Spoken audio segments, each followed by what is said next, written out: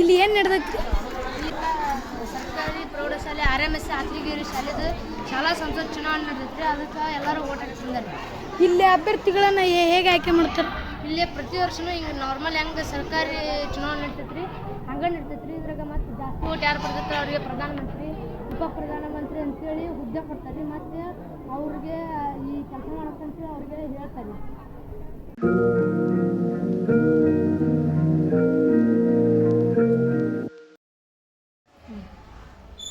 ಈ ರೀತಿ ಬ್ಯಾಲೆಟ್ ಕೊಟ್ಟ ಕೂಡಲೇ ಈ ಥರ ಸ್ಕ್ರೀನ್ ಓಪನ್ ಆಗುತ್ತೆ.